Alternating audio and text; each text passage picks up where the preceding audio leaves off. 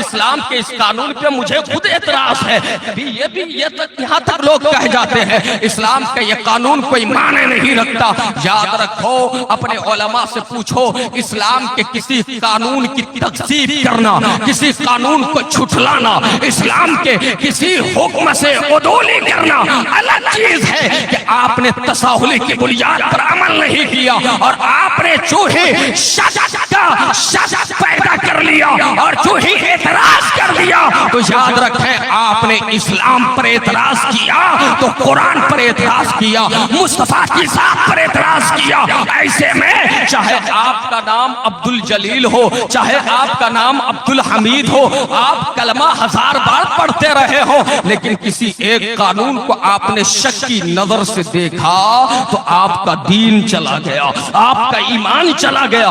آج ایک آواز بڑی لگائی جاتی ہے اور ایک ہنگامہ ہے کہ مسلمانوں کے خلاف ارتداد کا فتنہ زوروں پر ہے. لوگ ہماری بہن بیٹیوں کو مرتدہ بنا رہے ہیں اور وہ ان کی سازشوں کی بنیاد پر ہماری بچیاں اپنی عزت بھی کھو رہی ہے، اپنا وقار بھی کھو رہی ہے، اپنی حیا کو تار تار کر رہی ہے، اپنے دین کا سودا کر رہی ہے، اپنے ایمان کا سودا کر رہی ہے. میں آپ کو بتانا چاہتا ہوں صرف اس کا نام ارتداد نہیں ہے کہ کوئی اسلام چھوڑ کر کسی مذہب میں چلا جائے. ہمارے علماء یہاں بیٹھے ہیں، اس معاملے میں بھی اگر غور کیا جائے تو حضرات ہمارے سماج میں، ہماری سوسائٹی میں، ہمارے آس پاس میں رہنے والے، ہمارے ارد گرد کے ماحول میں زندگی گزارنے والے بہت سے موروثی اعتبار سے کلمہ پڑھنے والے ہوں گے، لیکن ان کے پاس ان کا دین سلامت نہیں ہوگا، ان کا ایمان سلامت نہیں ہوگا، ان کا عقیدہ سلامت نہیں ہوگا. ایسا نہیں کہ کسی دوسرے مذہب کا اختیار کر لینا ہی ارتداد ہے، بلکہ اسلام کے کسی قانون کا جس کا ثبوت نص قطعی سے ہو انکار کر دینا، اس میں شک کرنا، یہ بھی آپ کو ایمان سے خارج کر دے گا، دائرے اسلام سے نکال دے گا. حضرات اس سے کیسے بچا جائے، اس سے کیسے محفوظ رہیں گے، اس کے لیے کیا صورت ہے، اس کے لیے کیا تدابیر اپنائے جائیں، اس کے اسباب و عوامل اور محرکات سے اپنے آپ کو کیسے دور رکھیں. تو یاد رکھو، دور رکھنے کے لیے لوگوں ایک ہی صورت ہے، وہ یہ ہے اگر دین بچانا چاہتا ہے، ایمان بچانا چاہتا ہے تو سب سے پہلے علم دین حاصل کرو اور اپنے جامعہ حنفیہ کو مضبوط کرو، علماء کے قدموں میں جا کر بیٹھو، تمہارا دین بھی بچ جائے گا. ایمان. نعرے تکبیر، نعرے رسالت، شمس الاولیاء کانفرنس، جشن دستار حفظ القرآن، نعرے تکبیر. واہ ماشاءاللہ. ابھی پردے کے حوالے سے یہ مولانا ہارون حضرت نے فرمایا پردہ کی اہمیت کیا ہے. اسلام دین فطرت ہے، یاد رکھے اسلام خیر کا مذہب ہے. اسلام میں نہ تو ظلم ہے، نہ جبر ہے، نہ تشدد ہے. اسلام اعتدال کا مذہب ہے، لیکن اعتدال کا یہ مطلب نہیں کہ ناجائز کو جائز کہہ دے، جائز کو ناجائز کہہ دے، حلال کو حرام کہہ دے، حرام کو حلال کہہ دے. یہ اعتدال کا مطلب نہیں ہے.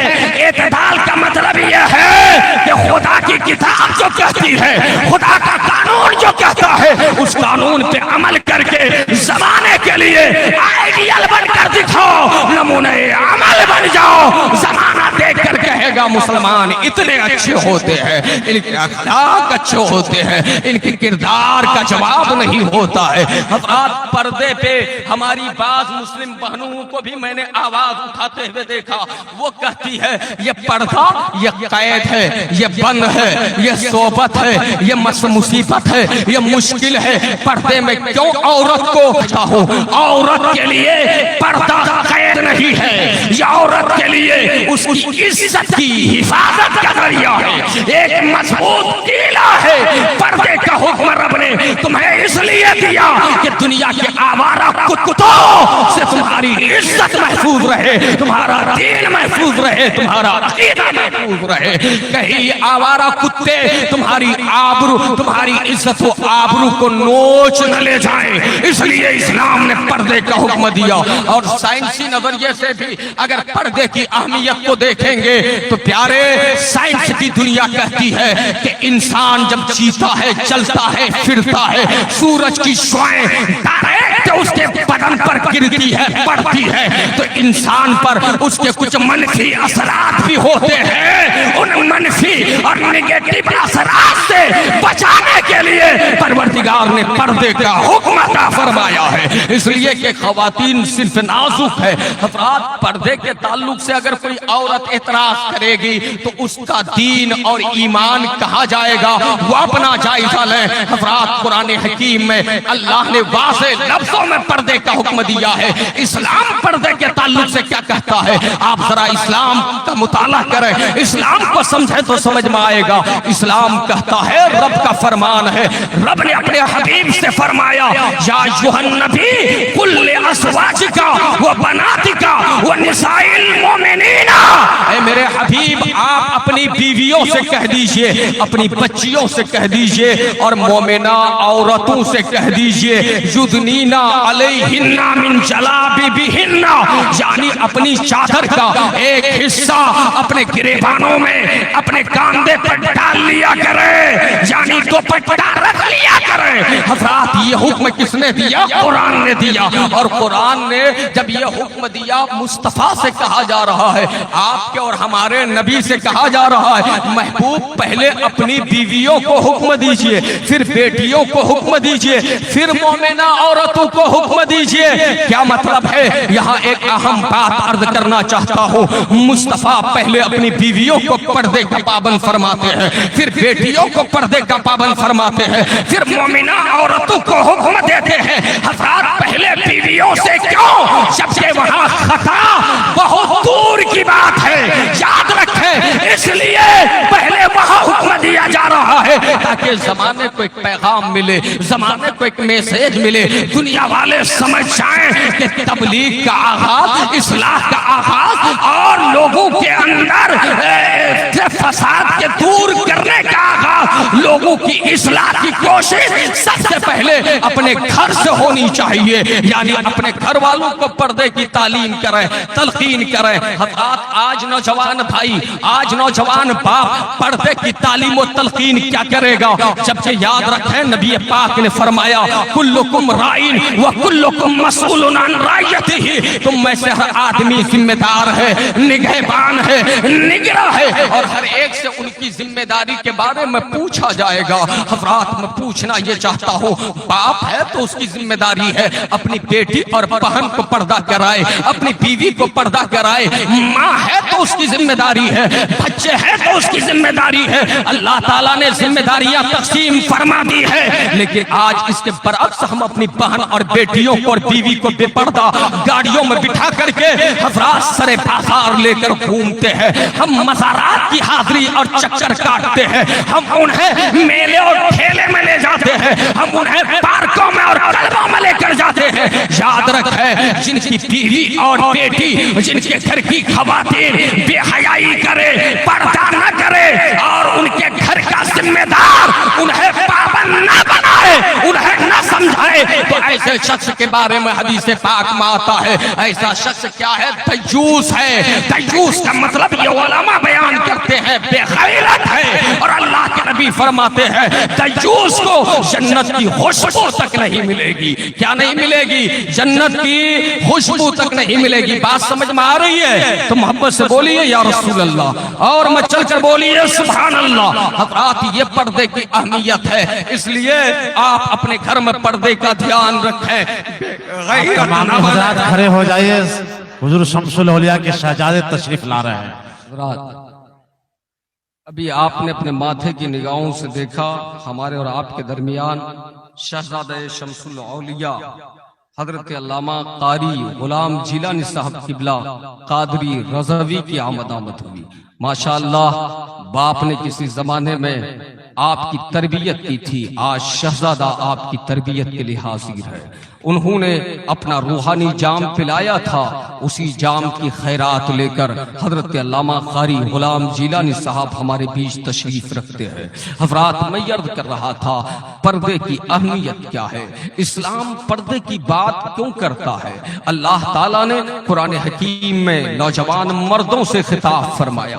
حضرات آج مرد حضرات کیا سمجھتے ہیں، یہ نوجوانوں کی کھوپڑی میں ایک ہی بات ہے، وہ یہ جانتے ہیں، وہ یہ سمجھتے ہیں کہ پردے کا حکم صرف عورتوں کو دیا گیا ہے، ہماری ماں اور بہنیں پردہ کریں۔ نہیں جوانوں، تمہیں بھی پردے کا حکم دیا گیا ہے، مردوں کی جماعت تمہیں بھی پردے کا حکم دیا گیا ہے۔ اللہ نے فرمایا قل للمؤمنین یغضوا من ابصارہم ویحفظوا فروجہم۔ اللہ فرماتا میرے حبیب مومن مردوں سے آپ کہہ دیجئے وہ اپنی نگاہیں جھکا کر چلے، مطلب نگاہوں کا پردہ کرے اور اپنی شرم گاہوں کی حفاظت کرے۔ نوجوانوں تم نے اگر شرم گاہوں کی حفاظت نہیں کی، نگاہیں جھکا کر چلنے کی کوشش نہیں کی، تو یاد رکھے آپ نام کے مسلمان ہو، کام کے ہرگز نہیں ہو سکتے، اس لیے کہ مسلمان کا کام ہوگا ہی نہیں، یہ ہو ہی نہیں سکتا ہے کہ مسلمان کسی کی بہن کو غلط نظریے سے دیکھے، کسی کی بیٹی کو غلط نظریے سے تاکے، کسی کی بیوی پر غلط نظر ڈالے۔ یاد رکھو غلط نظر ڈالو گے نظریں اچک لی جائے گی، غلط نظر ڈالو گے یاد رکھو زمین پر پھنسا دیے جاؤ گے، غلط نظر ڈالو گے دنیا بھی تباہ ہو جائے گی، آخرت میں بھی برباد کر دیے جاؤ گے۔ ہاں آپ کہیں شادی کے لیے ارادہ آپ کا ہے، آپ نے قصد کیا ہے، آپ نے عزم کیا ہے، تو شریعت اجازت دیتی ہے جس لڑکی سے آپ نکاح کرنے والے ہو اسے ایک نظر دیکھ لو، لیکن اس کا مطلب یہ نہیں کہ چوک چوراہے پہ کہیں بھی آپ نظریں پھیر پھیر کر تاڑ کر ایک دوسرے کی بہن بیٹیوں کو دیکھتے رہو۔ حضرات یہ نوجوانوں کا پردہ ہے، اور شرعی پردہ نوجوانوں کا کیا ہے؟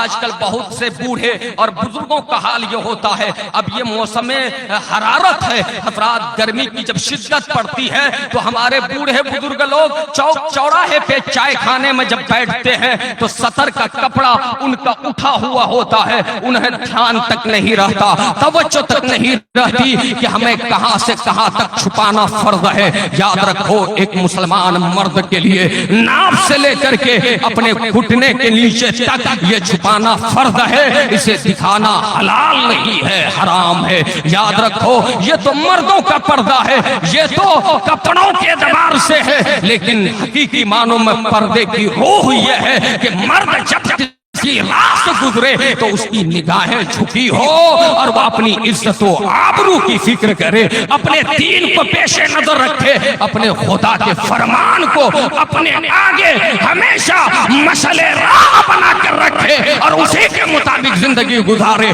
جو نوجوان اس کے مطابق زندگی گزارنے میں کامیاب ہو جائے گا یقیناً اسے مرنے کے بعد بھی کامیابیاں پکار رہی ہوگی، اللہ کی رحمت بلا رہی ہوگی، اللہ کی جنت اس کے لیے اس کے دروازے کھلے ہوئے اس کا انتظار کر رہے ہوں گے۔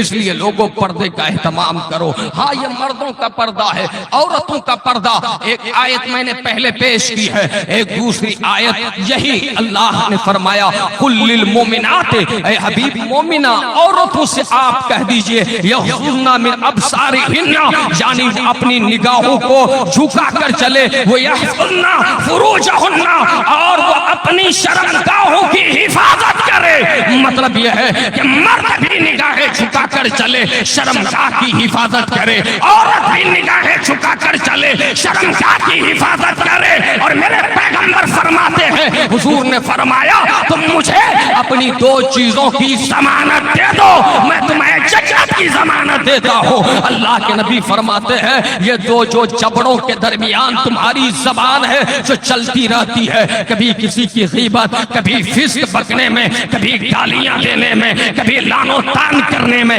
کبھی بہتان ترازی کرنے میں، کبھی چغلی کھانے میں، پیغمبر فرماتے ہیں اس زبان کی حفاظت کرو اور